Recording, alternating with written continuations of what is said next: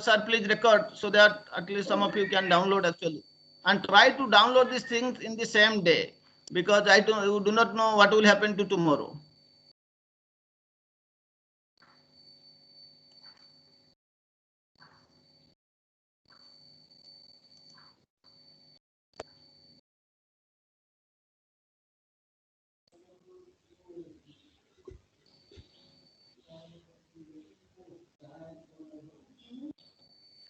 Good morning to all of you. Am I audible and the slide is visible, please? Yes, sir. Yes, sir. So please see, sometimes due to net problem or technical problem, sometimes the audio is not audible to you, the video is not visible to you. Any such time, please immediately tell me, at least one. Either you can tell to my mobile, or there you just make sound, I am able to hear, sir, you are not audible, or the slide is not visible, so that I can do the needful here. Sometimes this happens. Okay, so with this, let's start. Um, Last class, we have discussed about the different steps of cost benefit analysis. We have discussed the first three steps, isn't it? First step is identify the cost and the benefits. Second step is classify the cost and benefits into different categories. Third step is select a suitable project evaluation technique, isn't it? That's we have discussed in the last class. So now remaining, out of the 5 steps in CB analysis, we have discussed 3 steps. So 2 steps are remaining. Let's see what are the 2 steps. So these first 3 steps we have already seen, and next see that step number 4, that is interpret the results of the analysis. Before that, we have already seen there are many evaluation techniques are there. Out of that, you have to select any one, and then, or even if more than one technique you can use. Then what results you are getting out of implementing this evaluation technique, you have to analyze the result, you have to implement, you have to interpret the results, you have to get the conclusion. Okay, so interpret the results of the analysis. Let's see. So fourth step, interpret the results of the analysis. After the cost benefit evaluation of the project is completed, what you do, the results should be interpreted, analyze the results, get the conclusion, get the interpretation from the results. And this requires comparing the actual results against what? Against a standard result. What is the desirable result? So this requires comparing the actual results with a standard or against a standard result, or the result of an alternative investment. There are many possibilities are there. There are many projects are there. You can compare these results of one project with the standard one or with the alternate projects. The interpretation and the decision phases are subjective in nature, okay? Because here interpretation analysis comes, so the interpretation and taking the decision, these phases are subjective in nature and may vary from managers to managers, from person to persons, and they require judgment and intuition. What is your experience? What is your intuition? What is your judgment? So taking the interpretation or taking the decision, it depends on your intuition, your experience, and your judgment. Based on the level of uncertainty, the project manager may be confronted with a single known value or a range of values for the different measures such as NPV. So what is the level of risk? What is the level of uncertainty? Based on that, the project manager may consider, he may be confronted with a single known value. Single known value when you go for like net profit, etc., payback period, IRR, they will give you what maybe ROI, they will give you one range. But when you will take NPV, there you can get different measures. Why? In NPV last class I have told you can take different discount rates. For taking 10% discount rate, you will get some value NPV. For taking 12% discount rate, you will get another NPV. For taking 15% discount rate, you will get another NPV. So it will be dependent on certain factors.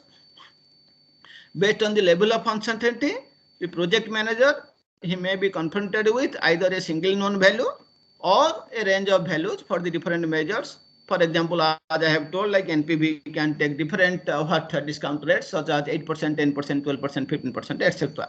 Then you see what are the results you are getting. Accordingly, you take the decision. In both the cases, single value or range of values, simpler techniques such as net profit analysis are easier to implement than other techniques. Isn't it? Last class we have seen 7 techniques. Out of that, the easiest technique is which one? This net profit one. So in both the cases, whether you take single value or a range of values, the simpler techniques such as net profit analysis or ROI, etc., they are quite easy. They are easier to implement than other complex techniques such as NPV, IRR. These are little bit complex techniques. If it can be modified to include the time value of money, then net profit method would be comparable to NPV. I have already told you the drawback of what net profit method is that it doesn't take into account the time value of money. But if somehow it can be modified to include the time value of money, then what will happen? The net profit method will be comparable to the net present value method. But you know that it is very much easy to implement net profit method, but it is quite difficult. It is quite complex. Okay, but it is difficult to implement these complex techniques such as NPV, IRR, etc. So that will be a little bit difficult. Okay, so this is regarding interpreting the results of the analysis. Then the last step is take the appropriate action. Finally, you have to take the action. Let's see what you will do in this step. As its name suggests, you have to take the appropriate action. So after interpreting the results, then the appropriate action, necessary action or necessary decision that has to be taken. Again, this will be highly subjective. This may vary from manager to manager. This depends on the project managers or end users' confidence. Okay, so taking the appropriate decision or action, it depends. It heavily depends on the project managers or end users' confidence in the estimated cost and the benefits and the magnitude of investment. How much you have invested? You have just invested 1 lakh rupees or 50 lakh rupees. That will also depend. This decision will depend on that, because investing 50 lakh rupees, it is more risky, more uncertainty there. Similarly, it depends upon the end user's confidence in the estimated cost and benefit. We have discussed so many types of cost and benefit. So these costs, you know, I have already told you, like tangible cost and direct cost easy to measure, but those are intangible cost, indirect cost, it is quite difficult to identify, quite difficult to measure. So somebody has taken that user satisfaction due to this, I will get 1 lakh rupees. Somebody has taken, I will take 10 lakh rupees, but this will affect the final outcome, because while taking the cost into account, we are not taking account only direct cost or the tangible cost. We have to also equally take into account the intangible cost and indirect cost. But if you have neglected, you have taken very less value or very high value, because they cannot be measured, this will certainly affect on the outcome. So that's why taking the decision, this depends on the project managers or the end users' confidence in the estimated cost and benefits. How you have estimated the cost and benefit, that will certainly impact on the final decision. And the magnitude of investment, how much you have invested, whether just 1 lakh or 50 lakh, that will also impact, that will also put some effect on the decision or action that you have to take. The final decision or the action is what? The final decision or action is to select the most cost effective and the beneficial system or project for user. Because I have already told you, there are many possible projects, many alternatives. In my example, I have shown you 4 projects. So finally, what decision you want to take out of the 4 projects? Which one will be most beneficial for you, and which one you should going to implement? How to do this? So that is the final decision. The final decision or the action is to select which will be the most cost effective and beneficial system or the project for the user. And we have seen in our example, by taking the 4 projects, if you are taking NPV, some project might be the better one. If you are taking the ROI, some, or two methods may give the same result, but it may vary. If you are taking into time value of money, then NPV is the best method. If you are comparing the cost of the proposed system and the existing system, then CB analysis, cost benefit analysis, is the most important. It's the very good method. If you want to take that how much early I can get the what invested amount back, then payback period is the most suitable method. Like that, you see that what is your criteria. Accordingly, use the technique and select the most cost effective or the most beneficial system or the project for you. So the final decision of the action is to select the most cost effective and beneficial system or the project for the user. Then finally, after taking the action, now you have to write down everything. You have to prepare a report. That report will call as feasibility study report. Prepare the feasibility study report containing the major findings and the recommendations. So what you have observed, you might have employed more than one technique: net profit, payback, NPV, cost benefit analysis, everything else. For each technique you have used, what are the findings? Write down the findings. And finally, write down the recommendation. Based on this, you may give also 2-3 alternative recommendations. If how quickly you can get the original invested amount, okay, then according to the payback method, this project is the best suitable method. Number 2, taking into the present value of the money, we have used NPV, and as per the NPV, this method is the best. This project is the best project. Like this, so prepare the feasibility study report, which should contain the important findings of your study and what are the recommendations. What are the recommendations? If you are using single technique, so one recommendation. If you are using multiple techniques, then you can give multiple recommendations in your feasibility report. So this is how you can take the appropriate action in the cost benefit analysis. Okay. Now let's quickly look at the limitations of cost benefit analysis. Number 1, valuation problems. I have already told you, intangible cost and benefits, indirect cost and benefits, they are quite difficult to quantify. So if you are not putting the proper estimate, then the whole output will be wrong. The estimation will be wrong. Then distortion problems. There may be 2 ways of distorting the results of the CV analysis. Number 1, some internal favoritism of an alternative for political reasons. So there are 2 proposals coming, one from the big boss, one from just a lower level manager. The big boss may put some political pressure and he may through his project instead of that the other one, which is far better than that. That might happen. There are no technique, all the 7 techniques we have seen that may not work. Number 2, second method of distortion may be when data are incomplete or missing from analysis. Some data you have not got idea, you have not the complete data, like what are the indirect cost, what intangible cost, what are the variable cost, you don't have sufficient idea. So the data is incomplete or the data is missing from the analysis, then obviously the output will be misleading. And the last problem is completeness problems. Cost related to CV analysis may be on the higher side or enough. Okay, so cost related to the CV analysis may be on the high side. That cost you have taken, direct cost, tangible cost, or the fixed cost. So you have taken you have estimated very high value. Say computer will cost only 50,000, but on the higher side you have put 1 lakh. So then this will affect the whole computation. Or not enough cost might be considered to a complete analysis, or you have not considered enough cost. You have only taken this computer cost. You have not considered the UPS cost, because along with the computer the power backup is required. You have not considered the UPS cost, like this. So the cost either may be very high, or there is not enough cost you have considered to complete your analysis. So obviously the result you will get, that will not be correct one, that may be incorrect. So these are some of the possible limitations of CV analysis. Okay. In this way, we have finished the cost benefit analysis.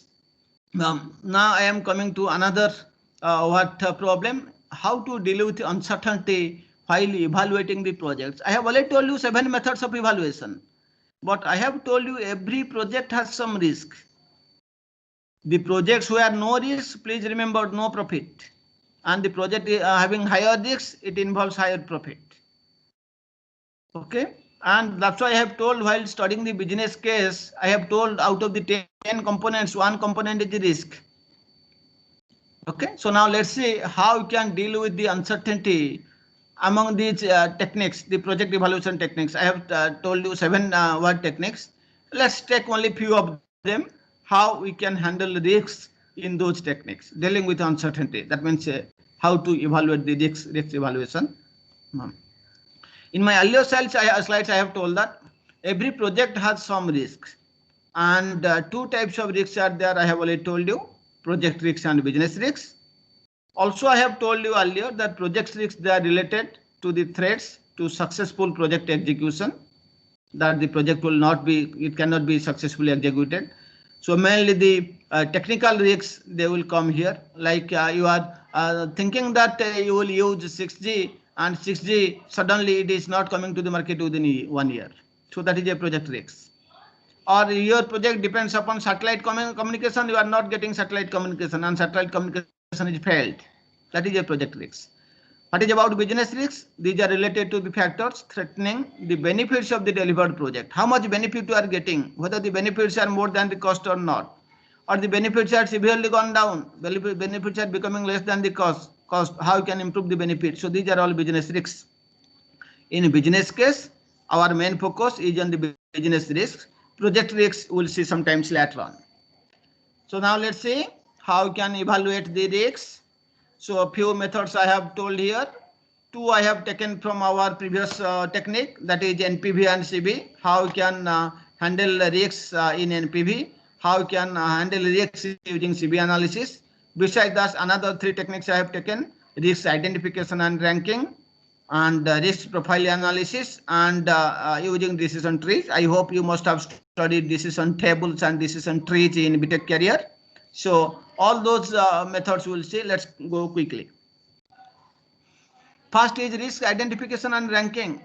In any project evaluation, we should identify the risks and quantify their effects. Okay.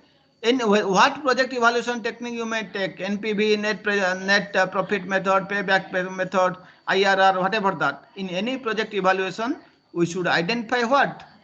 The possible risks, and we should quantify their effects. That is, if this risk will happen, what will be the effect? How it will affect the business? How much loss will suffer like this? So in any project evaluation, first we have to identify the risks and we have to quantify their effects. One approach is to, so how to identify the risks and how to quantify their effects. So one approach is suggested here. One approach for identifying the risks and quantifying their effects is constructive matrix, called as constructive project risks matrix, utilizing a checklist of all possible risks and classifying the risks according to their relative importance and likelihood. I am repeating again. In order to identify the risks and quantifying their effects, construct a matrix. That matrix we will call as project risk matrix. And how can construct this matrix? By utilizing the you can construct the matrix by utilizing a checklist of all possible risks. What could be the possible risks? From our previous experience, you can gather, we can prepare a checklist of possible risks, and then we will classify the risks according to their importance and likelihood. Two things I have taken. What is the likelihood? Means what is the probability that this risk will occur, and relative importance means what will the consequence of this risk. If this risk will occur, risk A, if it will occur, first of all, we'll see what is the likelihood, 10%, 20%, 30%, etc. will predict. Then if this will occur, what will its importance? Okay, we'll quantify something. I will give some example. So first step is construct a project risk matrix by preparing a checklist of all the possible risks from your previous experience from the previous projects, and classify these risks according to their probability or the likelihood and the relative importance or the consequence. The importance and likelihood need to be separately assessed. Please see, the importance and the likelihood or the probability, they have to be separately assessed. Why?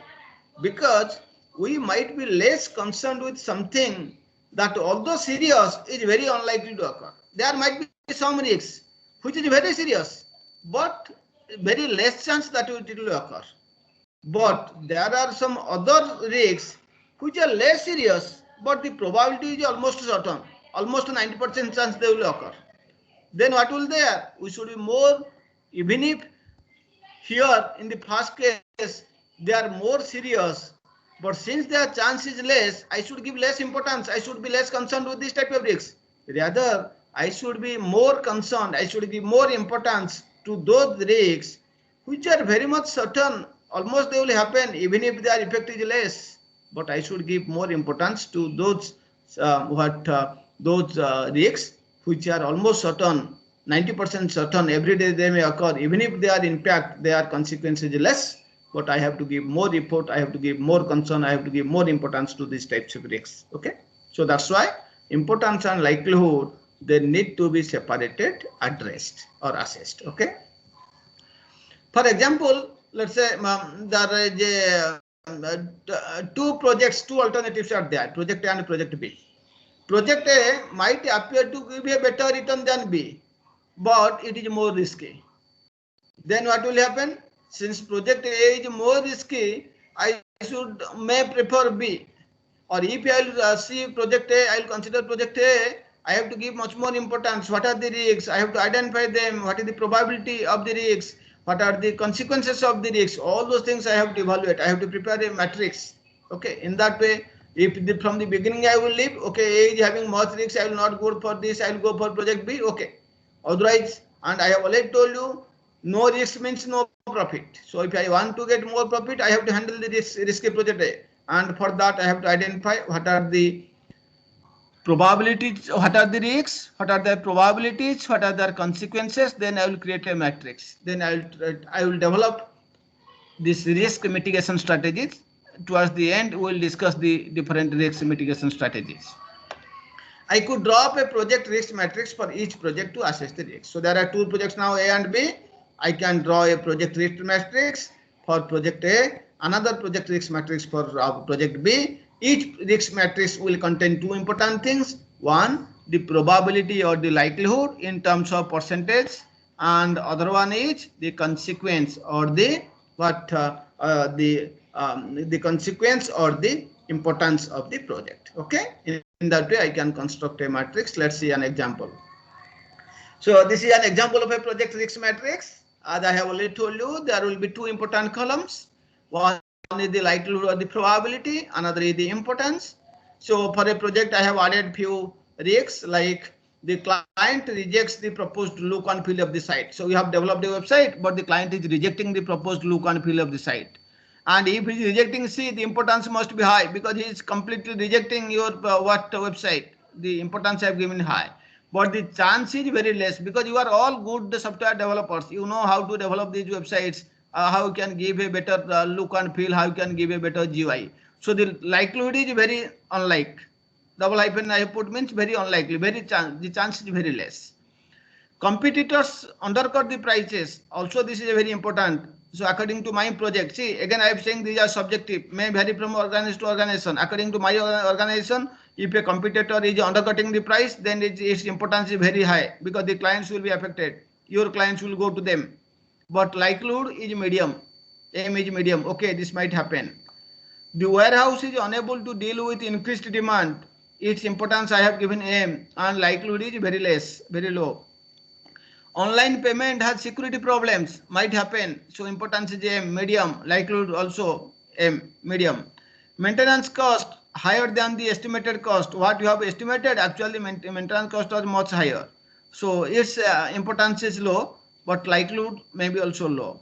Response time deter the purchasers. What is the response times that deter the purchasers? The importance is medium, likelihood is medium. So these values you can give as a project manager from your previous experience while dealing several projects. You can assign these values low, medium, high, etc. to the importance and the likelihood. In this way, you can construct a project risk matrix. Then we will come to the second method, that is the risk and net present value. When a project is relatively risky, okay, you find that there are two projects where a project is relatively risky to the in comparison to the other project. It is a common practice to use a higher discount rate to calculate the net present value. I have already told you net present value, taking what discount rate. The discount rates, I have given the table for the discount rates for 8%, 10%, 12%, 15%, 20%, 25%, like that. So where you find a project is relatively risky, it is a good practice to use a higher discount rate to calculate the net present value. Whenever you found risky, something is less risky, you may give 2% extra. little bit medium risky, you can make 5% extra. Highly risky, you can give another 8% extra.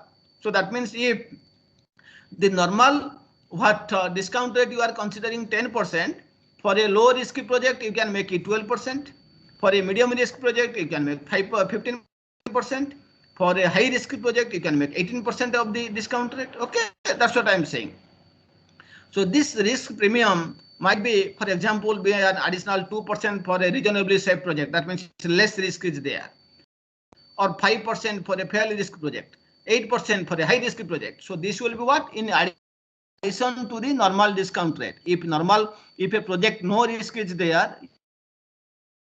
if you are giving 10% discount rate, for a project low risk you can make 12% discount rate. For a project having fairly risk you can give what 15% discount rate. For a project having high risk you can give 18% discount rate. The projects may be categorized as high, medium or low risk using the scoring method and risk premiums designated for each category. Okay, you can categorize the projects as high risky, medium risky or low risk projects using some scoring method. You can define a method and the risk premiums designated for each category. Even if the premiums are arbitrary, but still they provide a consistent method of taking risks into account. They will provide some way to take risks into account. So then now we'll go for the next method, that is risk evaluation using CB analysis. A more sophisticated approach to the evaluation of risks is to consider each possible outcome and estimate the probability of its occurring and the corresponding value of the outcome. I'm repeating again. A more sophisticated, a better approach to the evaluation of risks is by considering what is the possible outcome, by considering each possible outcome and estimating the probability of its occurring. What is the probability that it will occur, and the corresponding value of the outcome, how the outcome is affected. Rather than a single cash flow forecast for a project, we will have a set of cash flow forecast, each with an associated probability of occurring. So instead of preparing a single cash flow forecast for a project, what you can do, you can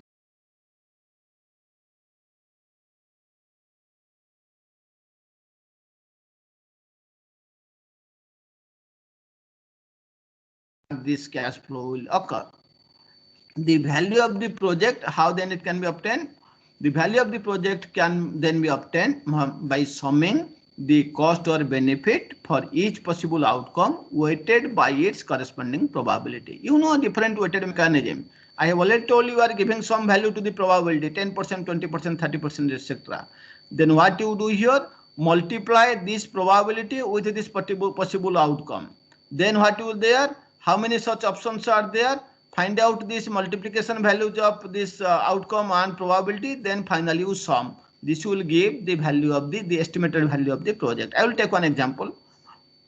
The value of the project is then obtained how? By summing the cost or benefit for each possible outcome, which is weighted. You may take for simply for easiness, you can take multiplication multiplied by its corresponding probability.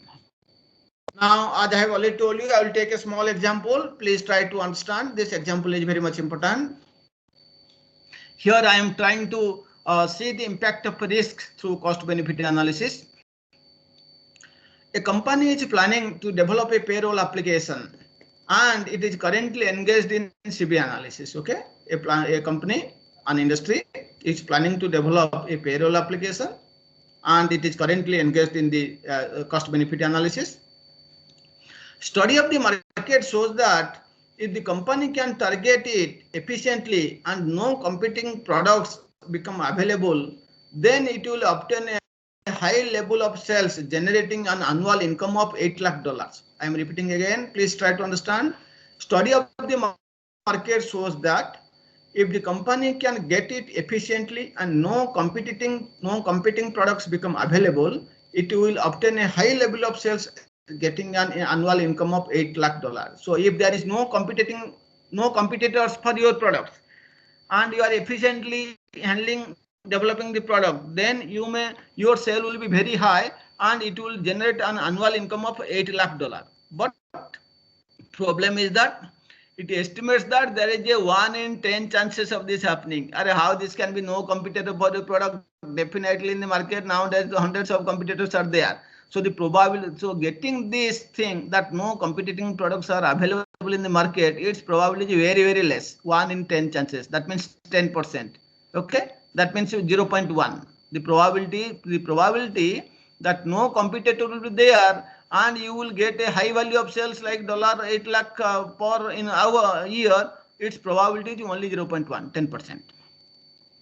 However, a competitor might launch another application before its own launch date, and then sales might generate only 1 lakh per year. But this is the best case, that only no competitor will be the best case. I have taken the worst case here. Worst case is that before you launch your product, another competitor, he has launched the same type of product and he has taken the market.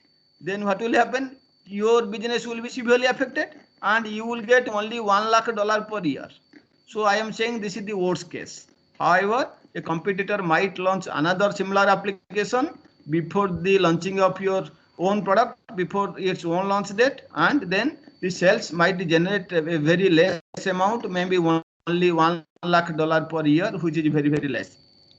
It is estimated that there is a 30% of chance of this happening, but it is estimated that this chance is 30% because every time the competitor will try to launch the market the product before your product. So there is a chance is 30%. The most likely outcome. So this, in operation research you must have studied and CPM POT. Here also we'll discuss POT. There are 3 values: best case, worst case, and most likely case. The most likely outcome is somewhere in between these two extremes. That is, it will gain a market lead by launching before any competitive product becomes available, and it will achieve annual income of $6,50,000. Okay, so this is the most likely case, that you can launch your product before your competitor's product, and you may get a sizable amount of annual income of $6,50,000. And then what we have to do? So we have to now take a decision. There is a risk that whether the company, any competitor is launching its product before yours, that is the heavy risk. So now we'll see that whether we should go for the project or not. Here some risk is involved, whether we should go for this project or not. So as for the CB analysis method, I have already told you what to do. You have to find out the value of the project. How? By summing the cost or benefit for each possible outcome, weighted or multiplied by its corresponding probability. So now let's find out those values for this project. So I have already told you there are 3 possibilities. That no competitor is there, so you are having high sales, annual sales will be $8 lakh, but probability 0.1. How you will get the expected value? I have already told you, multiply the annual sales with probability, you will get how much? 80,000. The worst case is you will have low sales because another competitor has already come into market. Its probability is 30% and you will get a very less sale, that is 1 lakh. So what is the expected value? Annual sales into probability, you will get 30,000.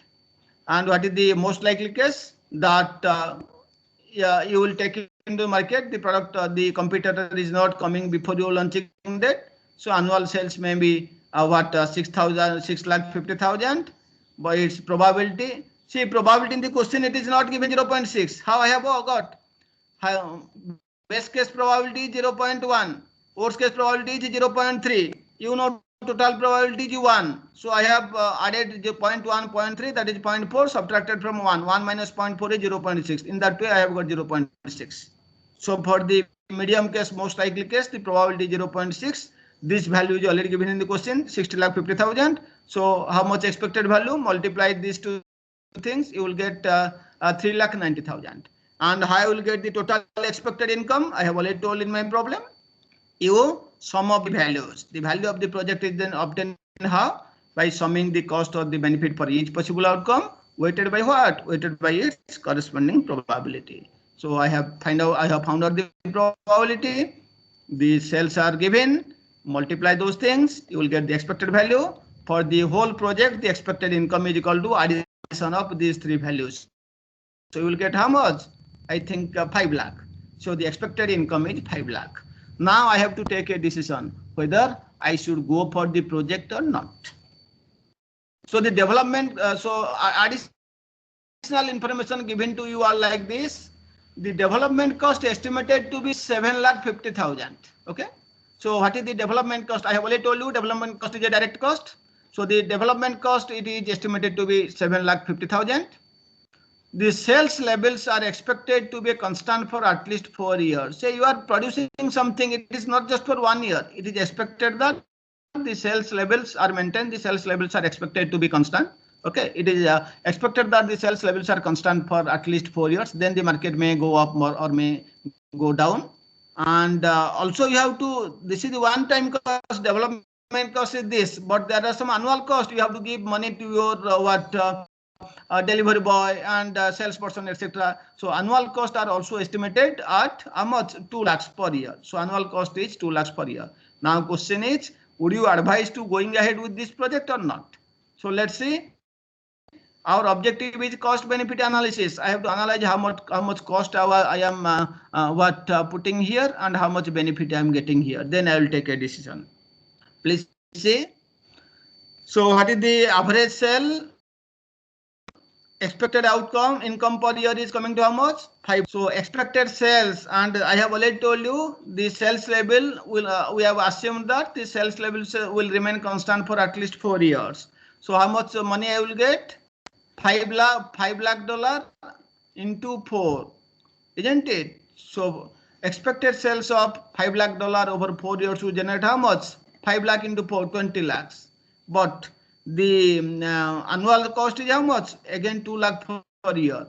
That means in 4 lakh how much I will spend? 2 lakh minus into 4.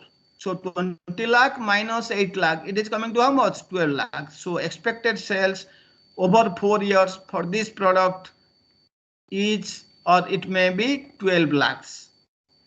This should obviously provide a good return on investment of $7,50,000. How much we are in develop? What is the development cost? What is the investment? Only 7,50,000. If the investment cost is 7,50,000 and we are getting expected sales is 12 lakhs, obviously this will good. This will give you a good return, almost 4,50,000. But please remember what I have taken here. The probability of, see, the whole value 50 lakh, 5 lakh is dependent on these three values, 8 lakh, 6 lakh, 50,000, 1 lakh. And you can see the probability that you will get 8 lakhs is only 10%. But the probability that you will get 1 lakh per year is 30%, which is very good high. So what does it mean?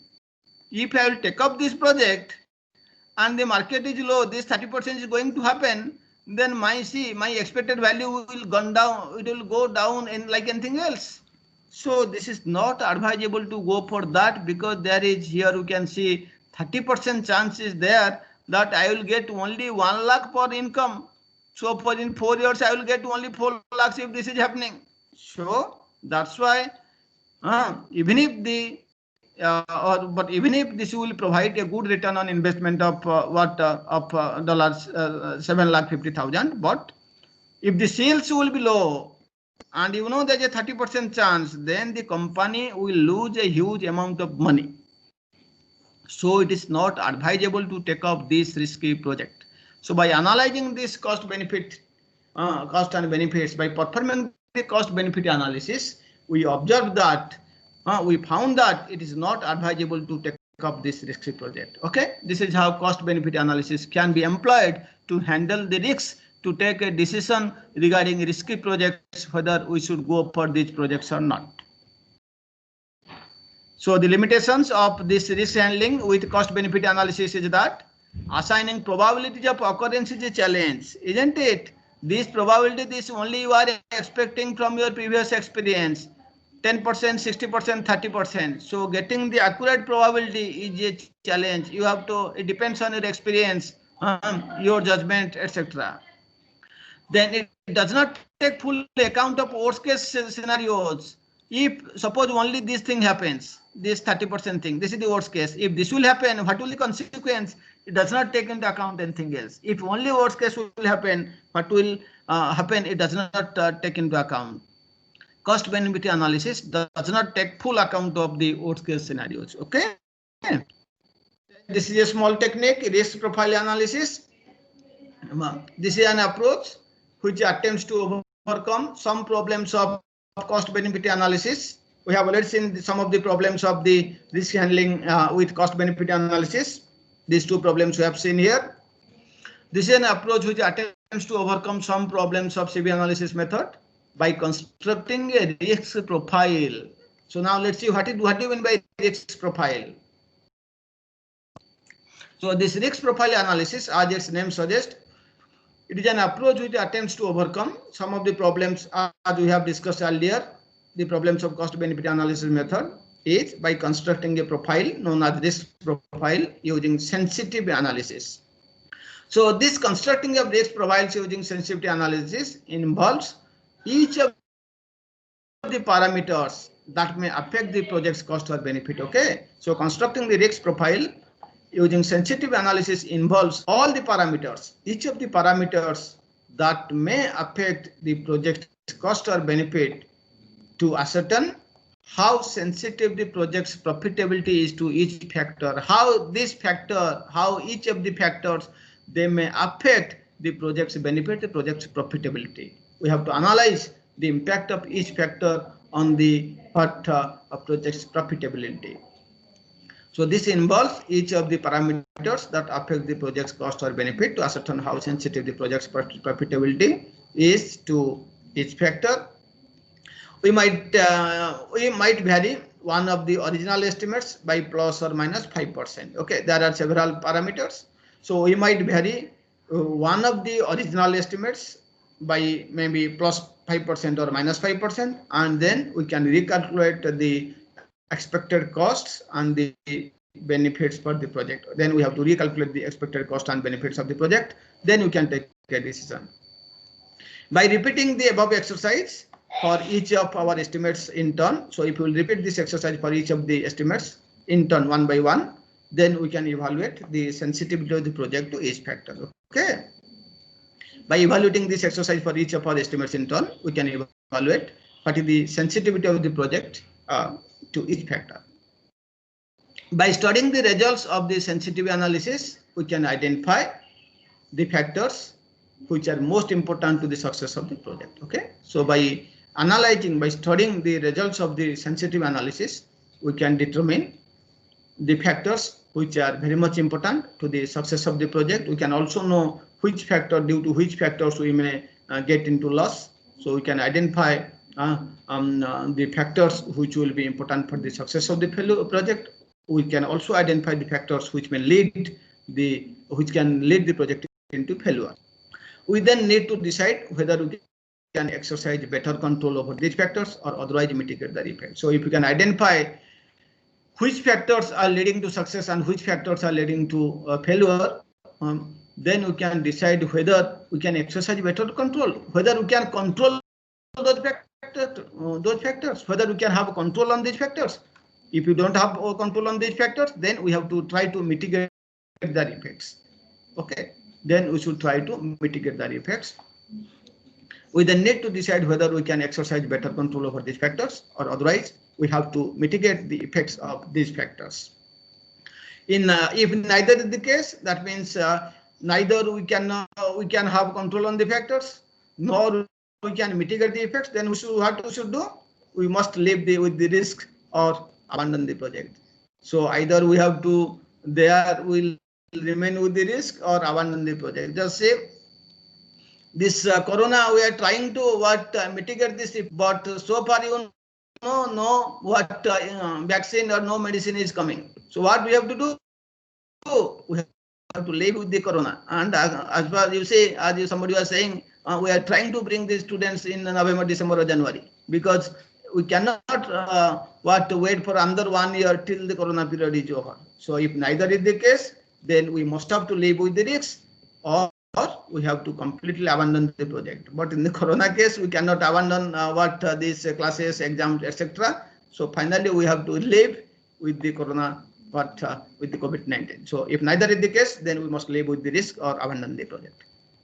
Last method we will take under 5 minutes. Last method is using decision trees to evaluate risks. How can you use decision trees to evaluate the impact, the effect of the risks? You know, decision trees and decision tables in BTech, they can also be used for depending the requirements. Decision trees and decision tables. Those who have forgotten in Rajiv Mall software engineering book. Very good examples are there for decision trees and decision tables. Please have a look into that. I will not go to the basic concepts. I will go directly detail the application of this. Those who have forgotten, please see Rajiv Mall's book on software engineering on decision trees and decision tables. So we have seen so many techniques like NPV, CB analysis, risk profile, etc. Each method is having its own advantage and disadvantage for handling risks.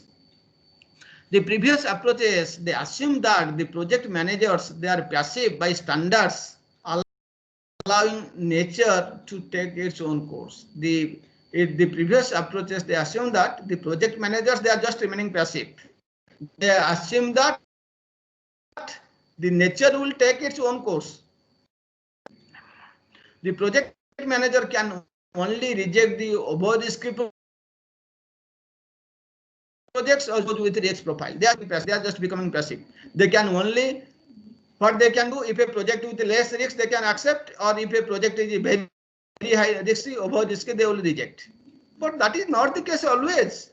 We have to handle how to handle the risks. The previous methods do not suggest anything else to handle the risks. So that's why there is a need of another method. The project manager can only reject, because they are remaining passive, they can only reject the over risky projects or choose those with risk profile having less risks. But in some cases, it is actually required to evaluate whether the risk is important or not. And if the risk is important, then we have to decide a suitable course of action. How to do that? The decision trees are coming handy at these points.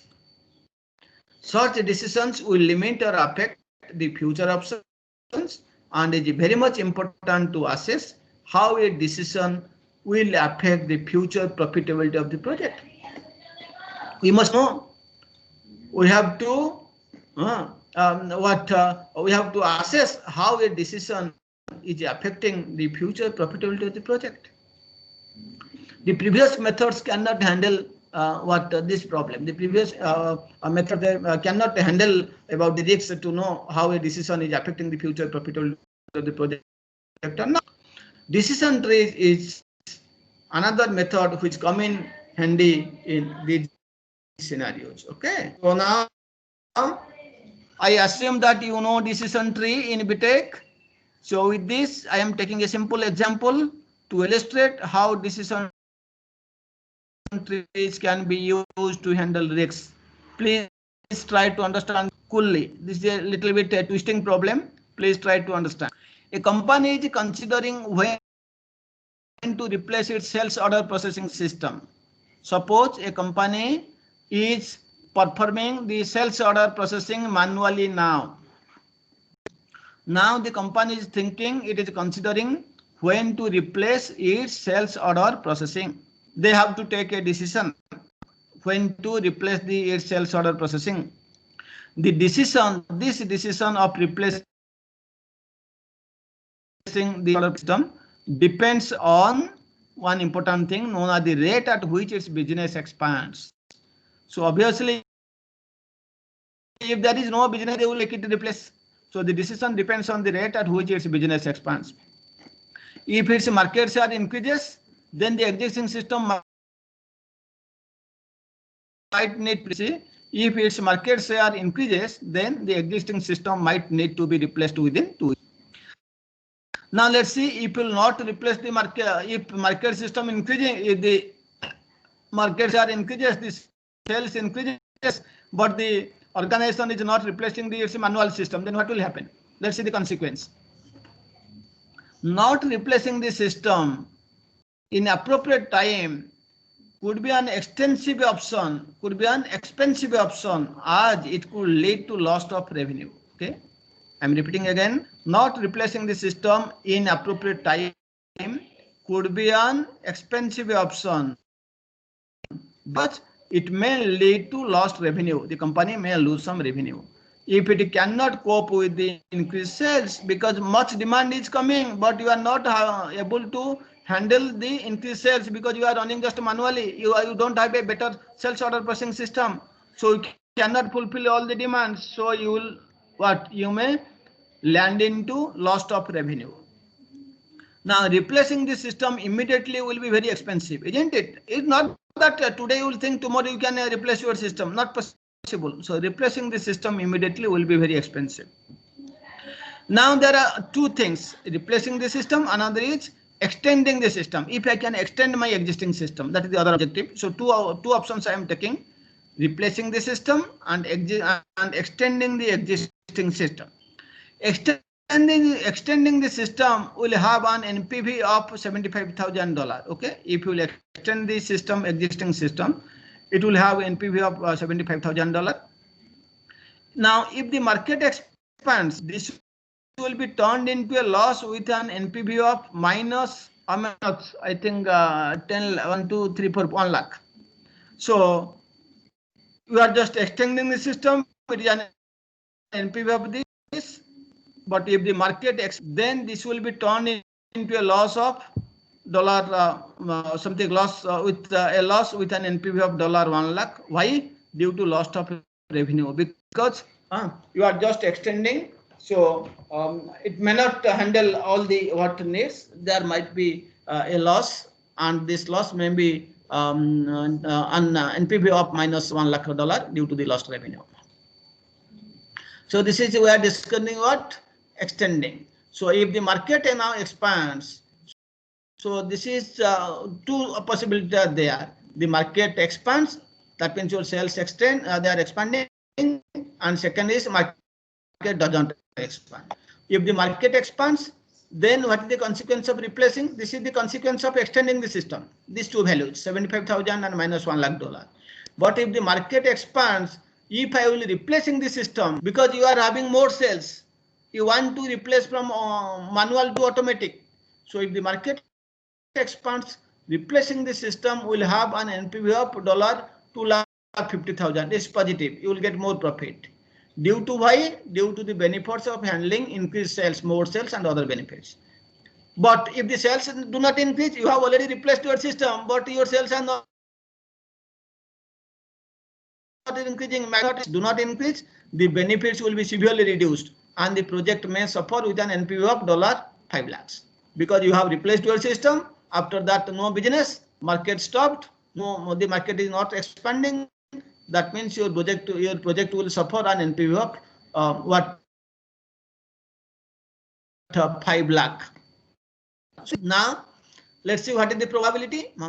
The company estimates that the likelihood or the probability of the market increasing significantly at 20%. The company, it estimates that the market will increase its probability of 20%, and hence that the probability that the market will not increase will be automatically at 80%.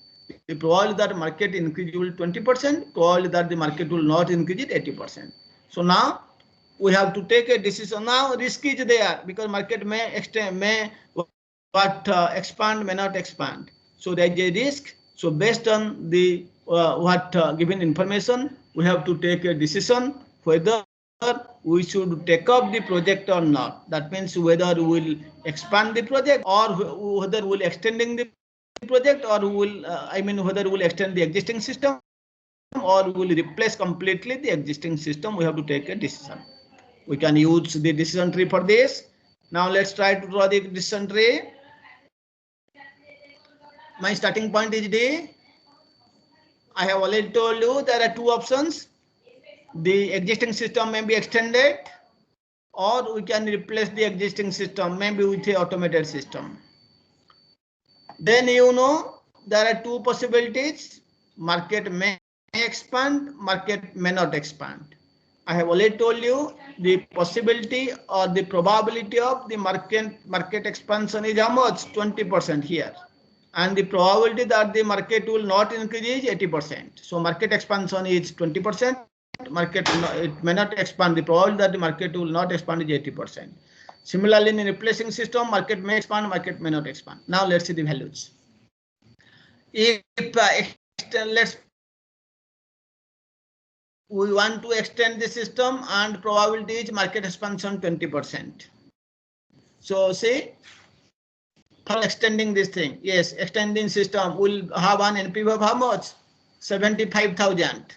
If the market expands, this will turn down to this. That means if the market expands, due to the manual system, we will having a loss. How much? 1 lakh. So market expands. See, market expands, and the probability of market expansion is 20%. Due to it is manual, say we cannot fulfill all the orders. How much loss will suffer? $1 lakh. And if market will expand, if market will not expand, extend. So if market expand this much, so if market doesn't expand, if we will just extend the system, we can somehow survive. The NPV is 75. So if there is no expansion, which probability is 80%, so NPV is 75,000.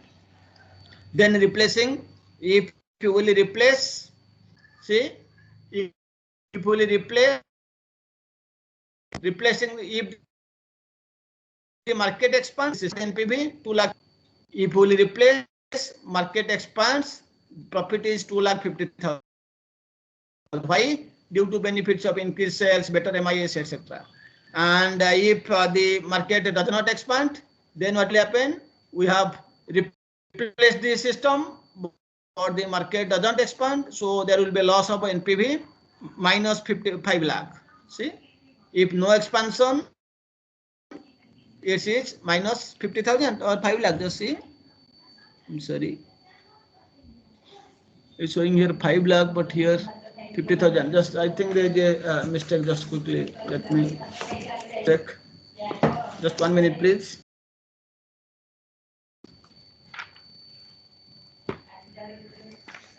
There might be a typing mistake. Yes, I'm sorry. This is a typing mistake. This should be this should be 50,000, not 5 lakh. I'm sorry. This 50,000. Okay. So if the market does not expand and we have replaced the system, then there will be a loss of $50,000. So that I have shown here, minus 50,000. Okay. I hope the construction of this tree is all right, isn't it? I have started with the original point. Source D, 2 options, 2 branches, extending the system and replacing the system. Again, extending the some 2 options. The market may expand, market may not expand. Probability of market expansion is 20%. Probability of market doesn't expand is 80%. Like same case for replacing. These values are given. If market expands, there will be since we are our existing system is manual, there might be a loss of minus 1 lakh NPV dollar due to loss of revenue. If market doesn't expand, we can manage with this extending system, and we are having a profit of 75,000. If we have replaced the system and market has expanded, we will get an NPV of 2,50,000. But if we have replaced the system but the market doesn't expand, there is a loss of NPV $50,000. So in this way, I am able to construct the decision tree. Now what I have to do? Take the decision. How? So the analysis consists of evaluating the expected benefit of the taking each path from the decision point D. Now the expected value of each path is what? How will find out the expected value along each path? Take the sum of the values of each possible outcome, multiply by what? Multiply by its probability. So take these values along each path. This is the path. Then there is a diversion. So what you do? Multiply this cost with the probability, multiply this cost with this probability, then add, you can get the value for this path. Similarly, multiply 2,50,000 into 0.2 minus 50,000 into 0.8, then do the addition, then you will get the value for this path. So now let us find out for extending what is the value for so the expected value of each path is the sum of the values of each possible outcome multiplied by this probability. The expected value of extension I am 75,008 plus 0.2 into what minus 1 lakh. You will get how much? This you do. You will get the system will be how much? That 1,000 into 0.2 minus 50,000 into 0.8 coming to be how much? 10,000 dollars. So if you will extend this system, our expected income is $40,000. If we will replacing the system, our expected income is $10,000. So obviously $40,000 is higher. So the company should choose the option of extending the existing system, not the replacing the system. Okay. So for this particular problem, we can see extending the system will be more beneficial rather than replacing the system. This we can obtain by constructing a decision tree. So the company should choose the option of extending the existing system, not the replacing the existing system. Okay. In this way, this can be handled by using decision tree. Please try to understand the question later, this example later on. Today we have discussed the last two steps of cost benefit analysis, that is interpreting the results, then taking the action. We have also discussed the limitations of the CV analysis, three important limitations I have told. We have also discussed the following risk removal techniques like risk identification and ranking, risk and NPV, CV analysis, risk profile analysis, using decision trees, etc., with suitable examples. Okay, this is what we have discussed today. So all these things I have taken from number one reference, that is this Bob Hughes, M. Cottrell and Rajimal. Only the cost benefit analysis, all the 5 steps I have taken from reference number 2. Okay. Thank you very much for your patience-full hearing. Thank you very much. Now let's. Thank you, sir. Let's take up questions. Any questions? Yes. Any questions? Now let's see. Sir, in the example where we show, where we use the investment amount of 7,50,000 yes. for a development process, despite being knowing so that. Which method? That decision method, or which one you are telling? Decision tree. No, sir, no, sir. That the example before that, where we tell which invested. example? Decision. Okay. No, sir, not the decision tree one. The example we have taken in the risk analysis for investment amount of 7,50,000. 7 lakh? 7,50,000 of investment. Please tell now. Yes. Sir, I'm talking about the example where. Sir, I'm talking about the example where we have taken 7,50,000 as an investment amount for the development process. Sir, the question is that despite of being knowing that we will make profit, but we drop the project because there was chances there was 30% chance that we might lose money. So that means you are asking the previous question, I think. 30% yes, thing here, not here. Yes, sir. Yes, sir. 30% yes, this one. Thing yes. Yes. Yes. This one. Please tell. Sir, my question is that. Yes, sir. Repeat the question. Please repeat the question. Sir, please repeat the question. I am not audible actually. I am not able. I don't know, sir. Yes, please. Sir, in that example. Not audible again now. In this example. Sir, in that example. This probability is 30%. Yes, sir. Sir, can you hear me? Yes, please tell. Sir, in that example, despite being knowing that we have expected to make profit, but we dropped the project because there was 30% chance of losing money. So how does we came to the decision that since there is a 30% risk of losing money, we should drop this because we were expected to make profit on that. See, okay, what I am saying, it is expected that how we have got this decision? Assuming this project will not medium, that this most likely case is 60%. This you are expecting, but it is given that this probability, this high sales is 10% and low sales is 30%. If actually this is coming to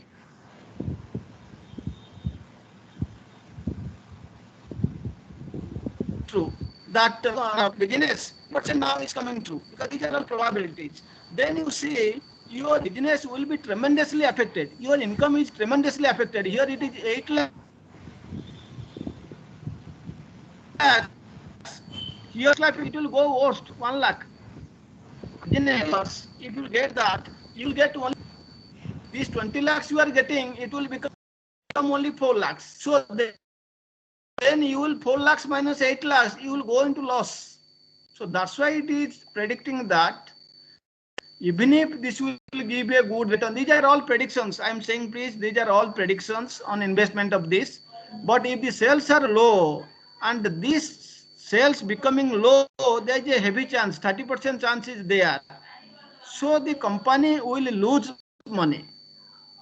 So that's why they are advising that this is a risky project, because you do not know about these two cases. These are only predictions.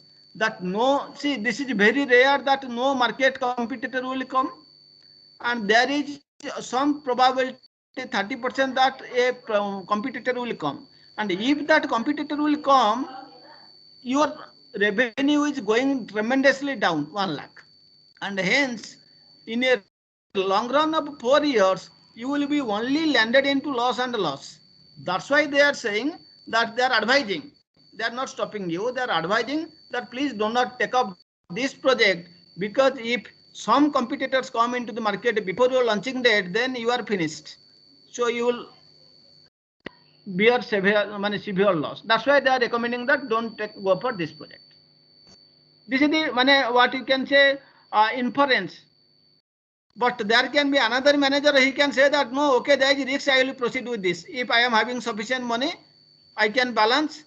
But if that, see, there are not two kind of managers. One manager will say that no, there is 30% chance, so there is heavy chance that people competitors will come. So in that case, I will be suffering severe loss, because this equation will be changed. In that case, this equation will be changed, because all those things will be 1 lakh into 3, the 0.3, then you have to multiply by 4 like this. So that's why he may say that, okay, I may not go for this project. But there can be a brave manager who said that I will be doing very fast. I will not allow any competitor to come before this. So he will try to make this 10% true. So if this is the case, then you will get severe amount of benefit, because no other competitor, only one producer. Okay, but by chance this does not click, this clicks, then there may be problem. So these are only suggestions. There might be here two categories of managers. One will say that no, cannot fit with this, because the every possible that competitor will come, so I will quit away. Another manager may say that this I am saying the general case, but if some in exceptional case some brave managers will there, they will try to put their best effort and say that okay, I will not allow any competitor to come into the market. Then for them, they will earn severe they will earn good amount of revenue, more than this 12, more than this 20 lakh. They will increase more, 8 lakhs into 4, 32 lakhs, and out of 32 lakh minus 8 lakhs, so 24 lakhs they will earn with the investment of 7,50,000. So this will vary. These are only prescriptions. These are only recommendations that the managers may give to the company. This will vary from managers to managers. But in the examination, if these types of questions come, so that thing I will take into account. Don't worry. The final discussion, you have to do at least up to this point correctly. Then you feel your whatever you feel, give your decision, that I will take care of. Okay. Yes, sir. Okay. Any other term? Okay. Very good question. Any other question?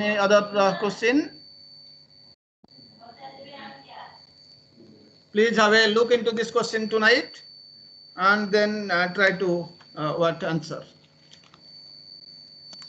Similar questions may come in the examination. So now let's quickly take up the attendance.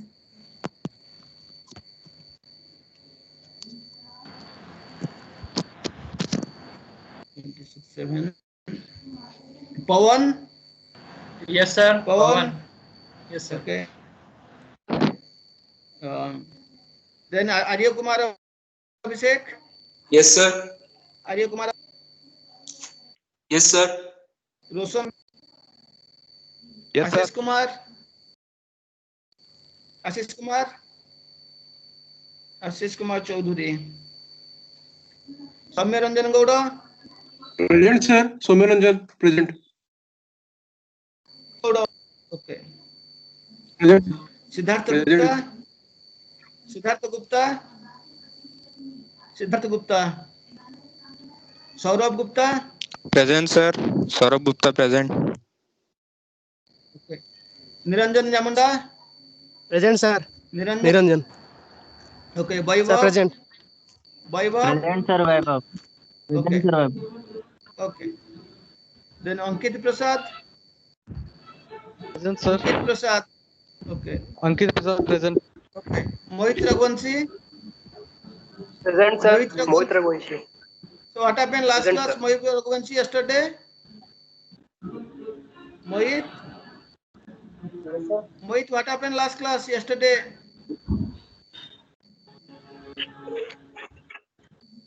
Please speak. Hello. Okay, no speaking.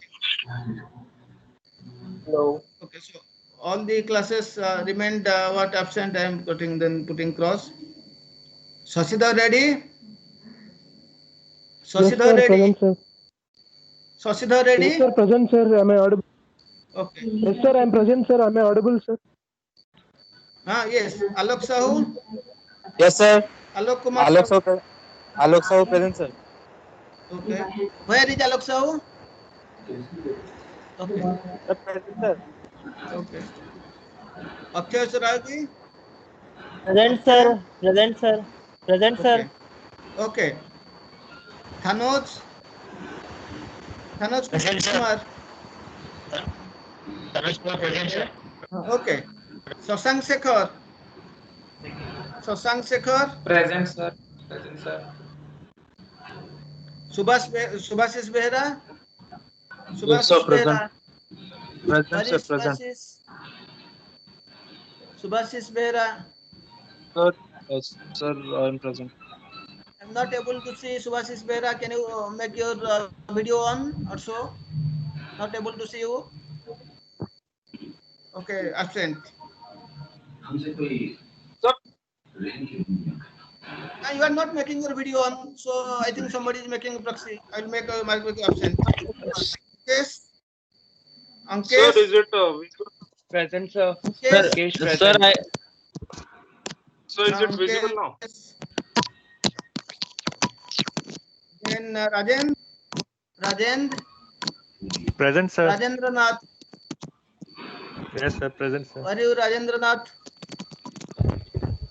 Not able to. Okay, Rajendra Nath. Sir, I have opened my camera, sir. Okay, Your Pile net is slow, I think. Sagar. Present, sir.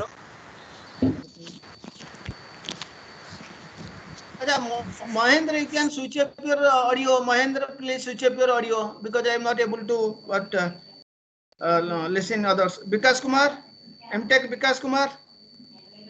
Present, sir. Vikas Kumar absent. Jitendra Gora. Yes, sir. Jitendra Present. Gora. Yes, sir. Jitendra Present. Gora. Sir.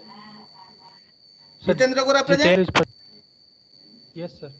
Then Ashutosh Gupta. Ashutosh Gupta. Then Asim Guleria.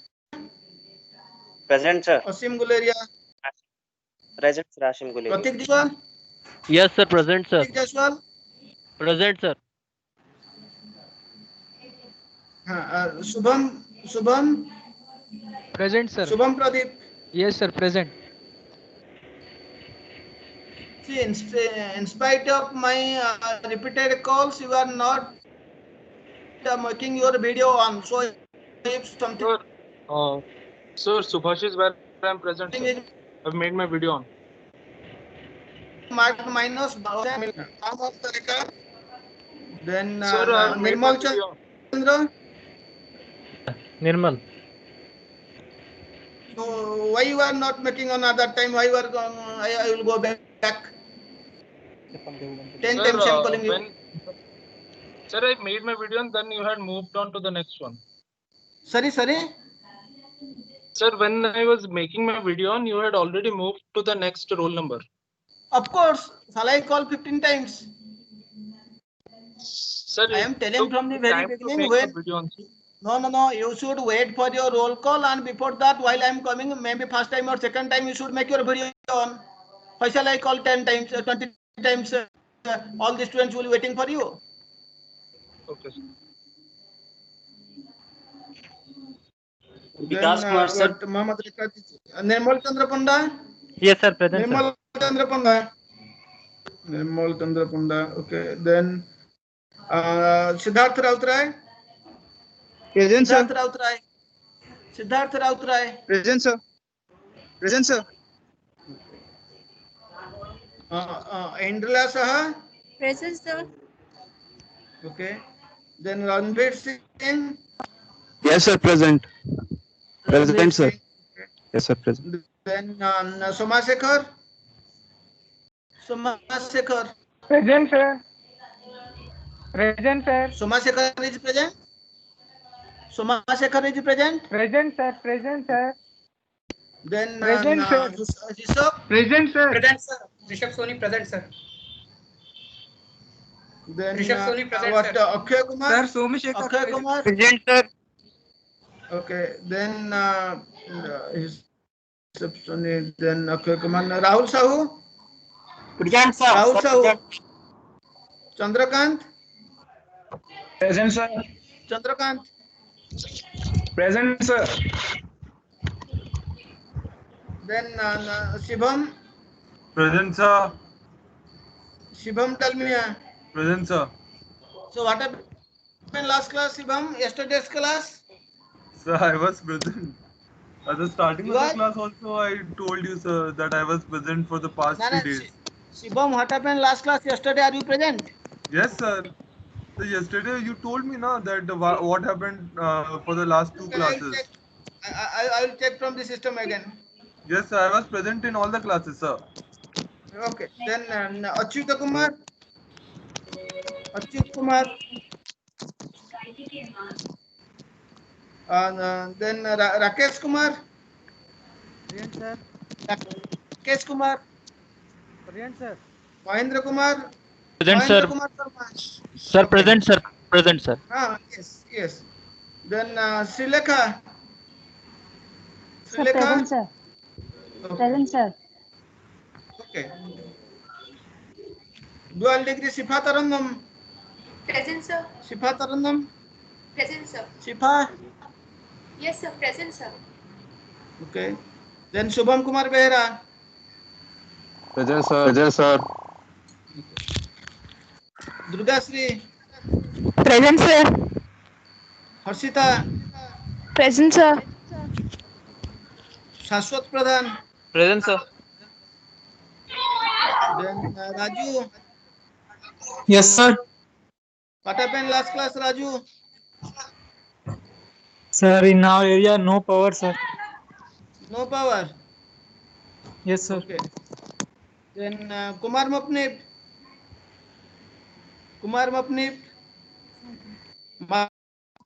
Malkhan Singh. Yes, sir. Malkhan Singh. Yes, sir. Yes, sir.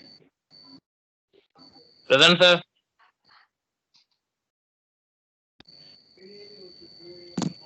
Chinmay. Yes, sir. Chinmay. Yes, sir. Present. Then Hemalata. Present, sir. Hemalata. Present, sir. Present, sir. Pragya. Yes, Pragya. Pragya, present, sir. Okay. Mansa. Present, sir. Okay. Then Nishant Yes, sir. Nishant Yes, sir. Prajapati. Yes, sir. Yes, sir. Then Jyoti Prakash Sahu. Jyoti Prakash Sahu. Leela Sravani. Yes, sir. Astha Verma. Present, sir. Astha Verma. Present, sir. Okay. Okay, thank you very much. Excuse me, sir. Sir, I am present, sir. Yes. What's your name? Vikas. Chandrakant. Vikas. Chandrakant, what happened last class? Sir, Yesterday? I told you, sir, I was not here. You are not here yesterday, huh? Yes, sir. Yes, sir. Okay. Excuse me, sir. Sir. Okay, thank Sir, you very Mohammed much. Rikaz So this present, class sir. is on Tuesday Hello. at 1:15. Next Hello. class is Hello. on Tuesday at 1:15. Please Hello. inform your friends. Yes. Hello, sir. Mohammed Rikaz present, sir. Mohammed Rikaz present. Mohammed So what Rikaz happened present, while I sir. was calling your name? You did not respond? Uh, sir, I think I didn't hear the name, sir. How you cannot hear? I am shouting such a large voice going to the road, but you are not able to hear. Maybe my connection goes down, sir. I think. Sorry. Okay. Thank you very much. Sir. Yes. Yes. Sir, present, sir. What? Please, if you not what on your video, I am not going to mark you present. I cannot shout 10 times. Sir. Excuse me, sir. Already If you are not on your video, I am not able to see you. I will not mark you present. That's all. Whenever Sir, you will we make your have- video on, then you call me. Sir, I opened my video, sir. Thank you very much. Excuse me, sir.